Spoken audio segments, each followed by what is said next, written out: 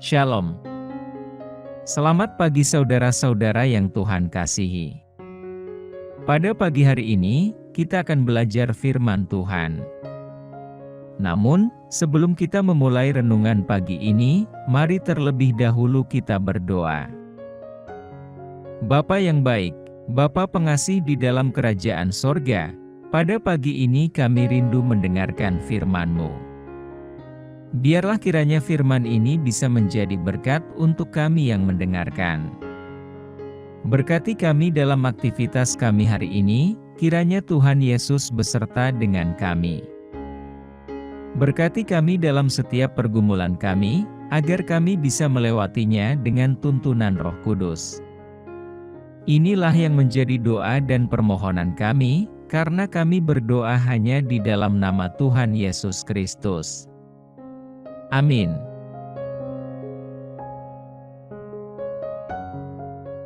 Saudaraku yang terkasih, pembacaan firman Tuhan pada pagi ini tertulis dalam Mazmur 37 ayat 23-24. Demikian firman Tuhan. Tuhan menetapkan langkah-langkah orang yang hidupnya berkenan kepadanya, apabila ia jatuh, tidaklah sampai tergeletak, sebab Tuhan menopang tangannya. Saudaraku, pernahkah saudara gagal atau membuat kesalahan? Kenyataan bahwa saudara pernah gagal adalah bukti bahwa saudara belum selesai. Kegagalan dan kesalahan dapat menjadi jembatan, bukan penghalang bagi kehidupan yang lebih baik. Kisah membawa kita pada pelajaran-pelajaran penting, bagaimana kita perlu bangkit dari kegagalan hidup. Kata-kata berikut ini perlu saudara ingat. Kegagalan bukanlah akhir dari segalanya. Justru dapat menjadi titik balik menuju kehidupan yang lebih baik. Saudaraku, sadarilah bahwa setiap orang pernah gagal. Alkitab menorehkan catatan kegagalan dalam goresan tinta emas yang terdapat dalam kisah hidup mereka. Abraham pernah gagal, Yakub pernah gagal, Musa pernah gagal, Daud pernah gagal, yang menulis ayat di atas juga pernah gagal. Jadi, pemahaman bahwa tiap orang pernah gagal akan mencegah kita untuk berputus asa, frustrasi, dan melakukan tindakan yang fatal. Pemahaman bahwa sukses tanpa kegagalan hanyalah sekedar mitos belaka akan membuat kita bisa melihat perspektif positif dari kegagalan kita. Contoh, Abraham Lincoln adalah seorang pribadi yang ulet. Sifatnya yang pantang menyerah telah membuatnya mampu bertahan melalui berbagai rintangan dan menjadi orang yang berhasil. Abraham Lincoln mampu membuat kegagalan menjadi jembatan untuk maju dari satu keberhasilan kepada keberhasilan yang lebih tinggi. Lihatlah catatan sejarah hidupnya di bawah ini. Tahun 1816 keluarganya diusir dari rumahnya, sehingga ia harus bekerja. Tahun 1818 ibunya meninggal dunia. Tahun 1831 gagal dalam berbisnis. Tahun 1832 gagal menjadi anggota legislatif. Tahun 1858 ingin menjadi anggota Senat Amerika lagi, tetapi kalah. Dan tahun 1860, ia terpilih menjadi Presiden Amerika Serikat. Saudaraku, patahkan rintangan-rintangan yang menghambat saudara untuk bangkit dan maju.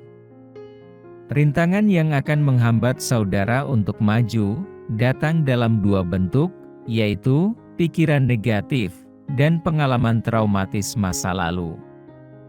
Pertama, kita harus mengendalikan pikiran-pikiran kita.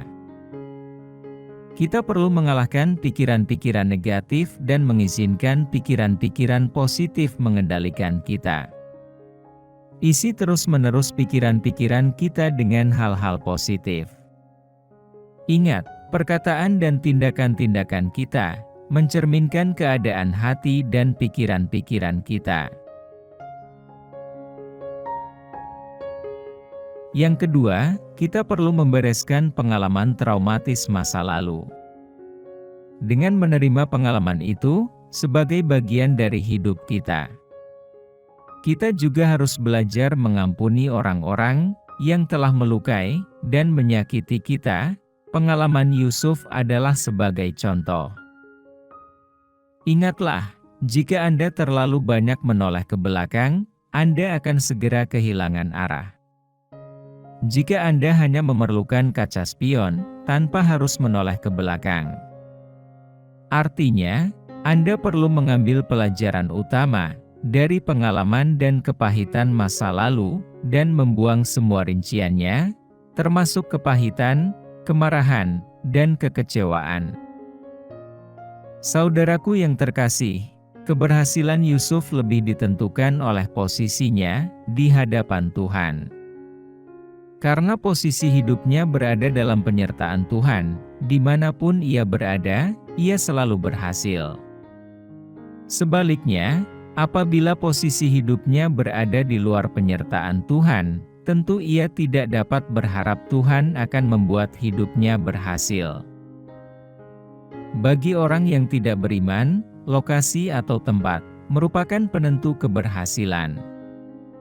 Karena itu, tidak ada jaminan bagi yang bersangkutan untuk dapat mengalami keberhasilan dalam segala keadaan. Namun, bagi orang beriman, karena ia berada dalam Tuhan yang menentukan keberhasilan, ia memiliki jaminan keberhasilan. Saudaraku, Kejadian 39, ayat 2 berkata, "Tetapi Tuhan menyertai Yusuf, sehingga ia menjadi seorang yang selalu berhasil dalam pekerjaannya, maka tinggallah ia di rumah tuannya, orang Mesir itu." Saudaraku yang terkasih, bila Anda merasa tidak memiliki daya, kembalilah kepada Tuhan, mari bangkitlah dari ketidakberhasilan Anda, dan dari keruntuhan Anda. Karena itu, mari kita menyikapi kegagalan, dengan semangat untuk bangkit, dan mencoba kembali. Amin. Demikianlah renungan firman Tuhan pada hari ini, semoga menjadi berkat bagi kita semua. Dan sebelum kita memulai segala aktivitas di pagi hari ini, mari kita berdoa. Bapa kami yang di surga, Bapa yang kami panggil dalam nama Tuhan Yesus Kristus. Kami bersyukur Tuhan atas pertolongan-Mu, penyertaan-Mu, dan atas berkat-Mu dalam hidup kami. Dan bersyukur atas kebaikan Tuhan pada hari ini tak berkesudahan kasih setia Tuhan. Tak habis-habisnya rahmat-Mu selalu baru tiap pagi, besar kesetiaan-Mu Tuhan dalam hidup kami. Terima kasih buat firman-Mu pada hari ini. Ya Tuhan, kami mau selalu belajar dan terus belajar tentang firman-Mu. Firman-Mu yang menguatkan dan meneguhkan iman kami. Firman-Mu yang mengubahkan hidup kami. Kami mau berjalan bersama dengan Engkau di sepanjang kehidupan kami, agar kami tidak tersesat di dalam dunia ini. Kami mau melakukan firman-Mu ya Tuhan di sepanjang hidup kami, agar kami tetap kuat berjalan bersama dengan Engkau. Terima kasih ya Tuhan buat kesempatan hidup yang masih Engkau berikan kepada kami. Segala pergumulan dan persoalan hidup, kami serahkan di dalam tangan-Mu. Engkau akan menyelesaikannya bagi kami. Bapa, hamba berdoa buat saudara-saudaraku yang sudah mendengarkan renungan hari ini, yang saat ini sedang mengalami sakit penyakit, pergumulan, masalah kebutuhan ekonomi. Kiranya Engkau jamah, sembuhkan dan pulihkan. Berkati perekonomian mereka, serta berikan jalan keluar di setiap pergumulan masalah yang mereka sedang hadapi. Dan ajarlah kami ya Tuhan, untuk selalu berharap dan percaya sepenuhnya kepada Tuhan Yesus. Kiranya Engkau terus memberkati kehidupan kami, keluarga kami, sanak saudara kami, bangsa dan negara kami, pemerintah-pemerintah kami. Biarlah semuanya dalam perlindungan-Mu ya Tuhan, dan jadilah sesuai kehendak-Mu yang terbaik dalam kehidupan kami. Tuhan, inilah yang menjadi doa kami, dalam nama Tuhan Yesus kami berdoa. Amin.